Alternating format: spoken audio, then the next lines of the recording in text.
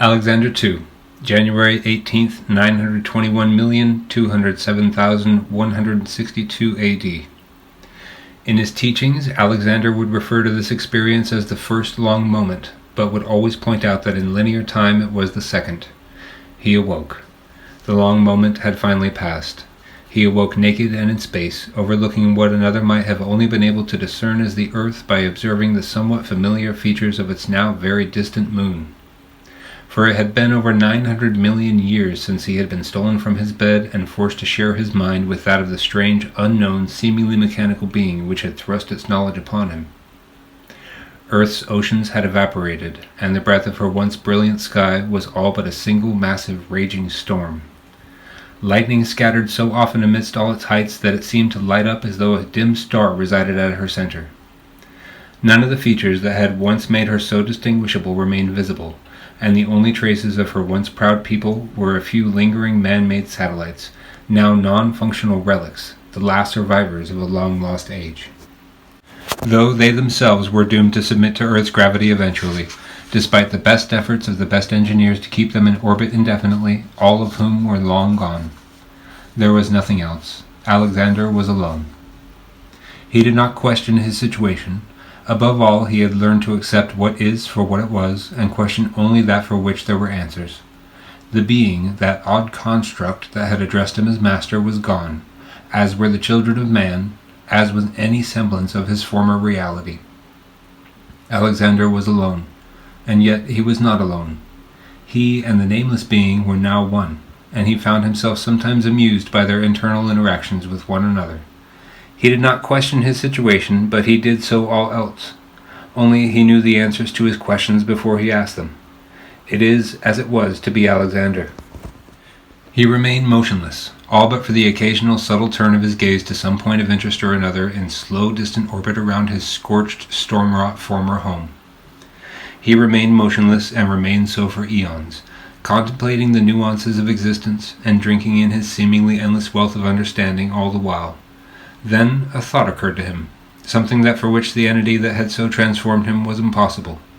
For all of its capabilities and foresight of possibility, and its understanding of all things, the mysterious being that had birthed Alexander into his new state was incapable of independent thought. It was not that it had been forbidden from making decisions or drawing conclusions, it was that it simply lacked that ilk of function. Alexander had no such restrictions, and could draw upon and build upon all that which it shared with him, and unlike it, he could decide what to do with it. It is as it was to be Alexander. Still, as the eons passed, it grew more and more evident that he was in need of companionship beyond his own eternal amalgam of voices. Eventually, the expanse of naught but the majesty of cascading light failed to thrill him, and the knowledge of the processes of nature failed to fulfill him, and over time he became very aware of his isolation. Alexander was alone, but he had resolved not to remain that way. Thus was derived the chain of events for which he had been forever destined. In his desperation, he would destroy everything only to birth it anew. The universe itself, the victim of his folly, would be as a phoenix, he as a god. Leilin 12.3, March 28, 2311 AD.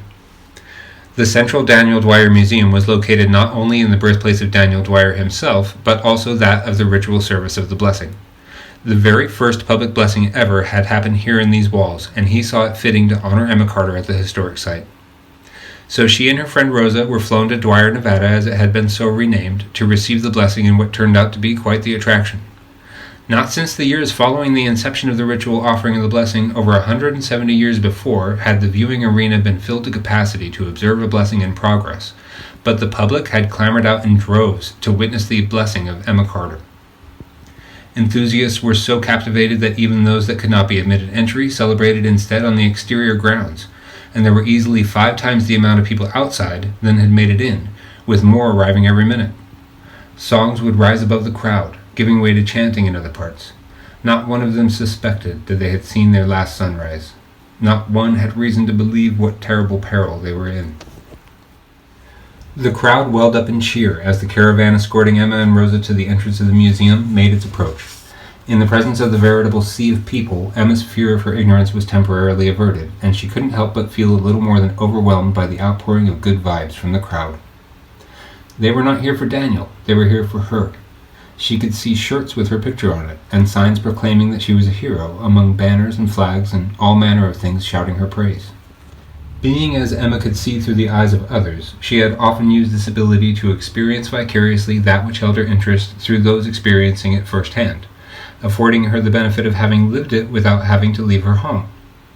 As she had always had a great fascination with Daniel, she'd used this ability to patronize the various museums around the world several times each, but this was the first time she had ever been to one in person. Rosa had never been to a Daniel Dwyer museum either, and was elated down to her bones, and actually jumped up and down like a little kid when they approached the entryway. Grabbing Emma's hand in excitement, she smiled so hard that it actually hurt her face. Emma was very pleased with herself, both for having been recognized for saving all of those people, and for having brought such happiness to her lifelong friend. As she basked in the sentiment of the crowd, she forgot to be afraid. How could anything bad happen today, she thought wistfully, justifying the abandonment of her vigil, finally truly having decided to go through with the blessing and leave the future unguarded. It was the last important decision she would ever make as herself. Entry to the museum has always been free, with donations appreciated, of course, but to dissuade the innumerable crowd of bodies from overfilling the facility and possibly harming the exhibits, all but the courtyard, parkland grounds, and viewing area had been closed to the public for the day. A select number of the press were permitted to enter, but were given explicit instructions that they were to record the event and Emma's tour of the museum and observe only. They were not to bother her for interviews or otherwise interfere with her or her friends' enjoyment of the event. When the museum workers shut the doors behind them, leaving only a handful of reporters and museum staff inside, the roaring swell of the crowd very suddenly collapsed to an enthused, rippling whisper. It was almost eerie how abruptly and drastically the sound had been stifled, a living and breathing metaphor for what awaited the unwary crowd. As the curator of the museum welcomed them and bade them follow to the first exhibit, Rosa squeezed her friend's hand and whispered, "This is so exciting." Emma smiled, perhaps pleased above all else by the fact that she had made her good friend so happy, something that she hadn't altogether considered a priority. She was human, after all, and selfish, she supposed, regardless of how much good she does. "Well," Emma said in her usual sassy, sarcastic, yet friendly tone, "you're welcome." The museum had only a single level, still its ceilings were very high, unnecessarily so, and every inch of the walls and the ceiling brandished artwork or graphics or some oddity or another that symbolized Daniel Dwyer's influence over the world and its people. They followed the curator, who proceeded at a leisurely pace, obviously intent on making their tour world-class in stature and content to take his time doing so. Emma couldn't help but feel a little disappointed when they reached the first display, a replica of the toy magic 8-ball so famously associated with Daniel Dwyer, broken in all the proper places and scuffed to very closely resemble the original.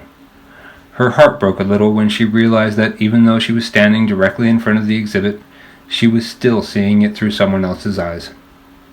She thought to herself that she might as well have been at home for all it's worth to be there, but perked up when Rosa's delighted reaction beside her broke loose.